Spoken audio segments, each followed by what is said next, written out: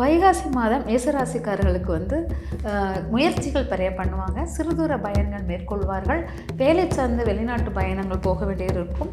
சொந்தக்காரங்களால் நிறைய பிரச்சனைகள் உருவாகக்கூடியதாக இருக்கும். இவங்க எடுத்துக்கொள்ள வேண்டிய பரிகாரங்கள் அப்படின்னு பார்த்திங்கன்னா, அம்மன் வழிபாடு எடுப்பது சிறப்பாக இருக்கும்.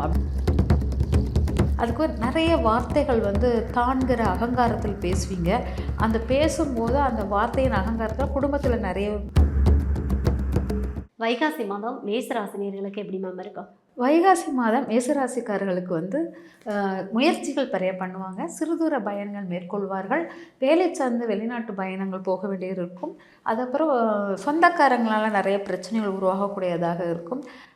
அப்புறம் பெரியவங்களுடைய ஆசீர்வாதம் குறைவாக இருக்கும் அப்படிங்கிறத எடுத்துக்கலாம். அதுக்கப்புறம் பார்த்திங்கன்னா, கோயில்கள், நண்பர்களுடன் கோயில்கள், நண்பர்களால் நன்மை தரக்கூடிய ஒரு நண்பன், நன்மை தரக்கூடிய ஒரு நண்பன் கிடைப்பான் அப்படிங்கிறதுலாம் இருக்குது. அதுக்கப்புறம் ஏதோ ஒன்று, ஒரு தைரியம், மனதைரியம், தன்னை அறியாமல் ஒரு மனதைரியம் உருவாகக்கூடியதாக இருக்கும். மேசராசிக்காரர்களுக்கு அதிகமான ஆசைகள், பிடிவாதங்கள் உருவாகக்கூடிய உருவாகக்கூடிய மாதம் அப்படிங்கிறத எடுத்துக்கலாம்.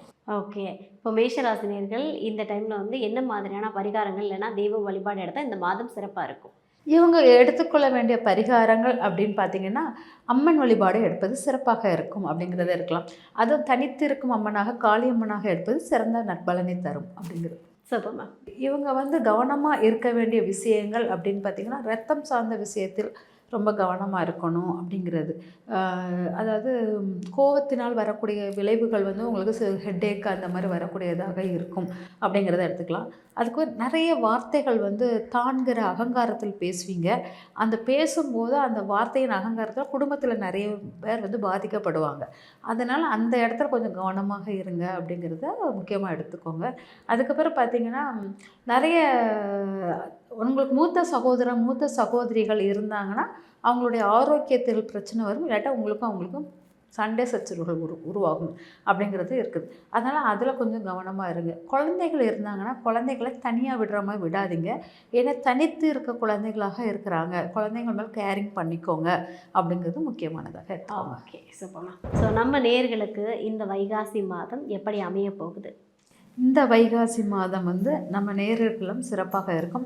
ரொம்ப ஒரு ஹை பீக்கான ஒரு மெடிக்கல் விஷயம் நல்லா நடக்கும். ஆஸ்பத்திரி விஷயங்கள், அந்த மாதிரி விஷயங்களுக்குள்ளது.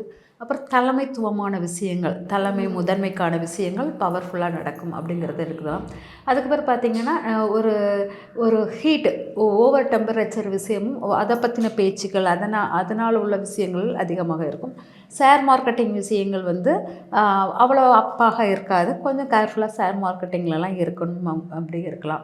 இந்த மாதிரி இப்போது இந்த எரிவாயு தன்மை பொருட்கள், அது சார்ந்த விஷயங்களும் நம்மளுக்கு அது நம்மளுக்கு ஏற்ற இறக்கத்துடன் இருக்கிற மாதிரி இருக்கும் ஒழிஞ்சு பாசிட்டிவாக இருக்காது அப்படிங்கிறத எடுத்துக்கலாம். அதுக்கப்புறம் பார்த்திங்கன்னா, நம்மளுக்கு செவ்வாயுடைய இது நம்மளுக்கு ரொம்ப பலமாக இருக்கிறதுனால கோபங்கள், தாபங்கள் அதிகமாக இருக்கும். சிந்தனை இல்லாத, சிந்திக்கவே செய்யாமல் நம்ம கோபத்தை செயல்படுத்துவோம் அப்படிங்கிறத எடுத்துக்கலாம். அதனால் இந்த வைகாசி மாதம் கோபத்தினுடைய முக்கியத்துவம் தான் அதிகமாக இருக்கும் வரைய சிந்தனைக்குள்ள முக்கியத்துவம் ரொம்ப கம்மியாக இருக்குதுங்கிறத எடுத்துக்கலாம். மேம், இப்போ வைகாசி மாதத்தில் எந்தெந்த ராசினியர்கள், இப்போ ஒரு திருமணமாக இருக்கட்டும், இல்லைனா ஏதாவது வீட்டில் ஒரு சுபகாரியம் பண்ண போகிறாங்க, வீடு வாங்க போகிறாங்க அப்படின்னா, இந்த வைகாசி மாதத்தில் எந்தெந்த ராசினியர்கள்லாம் முடிவெடுக்கலாம்? ஓகே, இது மிதுன ராசிக்காரர்களுக்கு மிக சிறப்பாக இருக்கும் அப்படிங்கிறத எடுத்துக்கலாம். அதுக்கப்புறம் பார்த்திங்கன்னா, துலா ராசிக்காரர்களுக்கும் இந்த வைகாசி மாதத்தினுடைய ஏதாச்சும் முயற்சிகள், ஏதாச்சும் லவ், காதல் சார்ந்த விஷயங்கள், இதெல்லாமே சிறப்பாக இருக்கும் அப்படிங்கிறத எடுத்துக்கலாம். ஓகே. அதுக்கப்புறம் பார்த்திங்கன்னா, வைகாசி மாதத்தில் நல்ல தொழில் சார்ந்த விஷயத்தில் வெளிநாடு சார்ந்த பயணங்கள், அந்த மாதிரி விஷயங்களே ஒரு முடிவெடுக்கலாம் அப்படிங்கிறத எடுத்துக்கலாம். Okay, super. எந்தெந்த ராசினியர்கள் ரொம்ப கவனமாக இருக்கணும் வைகாசி மாதம் முழுவதும்? வைகாசி மாதம் முழுவதும் கவனமாக இருக்கிறவர்கள் மேசராசிகள் கொஞ்சம் கவனமாக இருக்கணும் அப்படிங்கிறத எடுத்துக்கலாம். ஏன்னா ஓவர் கான்ஃபிடென்ட், ஓவர் கோபத்தினால் நிறைய விஷயங்கள் இழக்கிறதுக்கு வாய்ப்புகள் இருக்குது அப்படிங்கிறத எடுத்துக்கலாம்.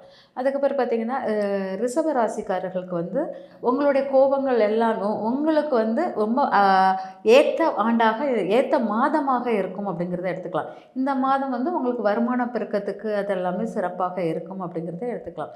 மிதுன ராசிக்காரர்களுக்கு பார்த்திங்கன்னா, கொஞ்சம் கவனமாக இருக்கணும். மிதுன ராசிக்காரர்கள் நிறைய விரயம் பண்ணுவீங்க, ஆஸ்பத்திரி செலவு அந்த மாதிரி விஷயங்களில் நிறைய எடுத்துக்குவீங்க அப்படிங்கிறது இருக்குது அப்படிங்கிறத எடுத்துக்கலாம். கடக ராசிக்காரர்களுக்கு வந்து பார்த்திங்கன்னா நிறைய வந்து போக்குவரத்து சார்ந்த விஷயங்களும் சரி, படிப்பு சார்ந்த விஷயங்களும் சரி, நிறைய விஷயங்களில் வந்து நீங்கள் சடனாக ஒரு முடிவு எடுத்து திணறக்கூடியவர்களாக இருப்பாங்க. அதில் ரொம்ப பிடிவாதம் ஜாஸ்தியாக இருக்கும். கடகராசிக்காரர்களுக்கும் மேசராசிக்காரர்களுக்கும் இந்த மாதம் பிடிவாதத்துக்குள்ள மாதமாகவே எடுத்துக்கலாம் அப்படிங்கிறத எடுத்துக்கலாம்.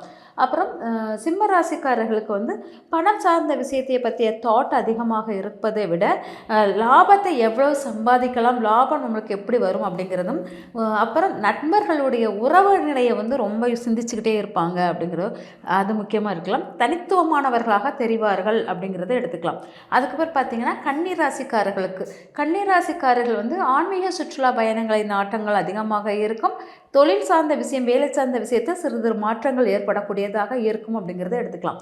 துலா ராசிக்காரர்கள் வந்து நல்ல அப்பா வழி உள்ள உறவுகள் இல்லாட்டா அப்பா வழியுடன் தொடர்புகள் நிறைய எடுக்கலாம்.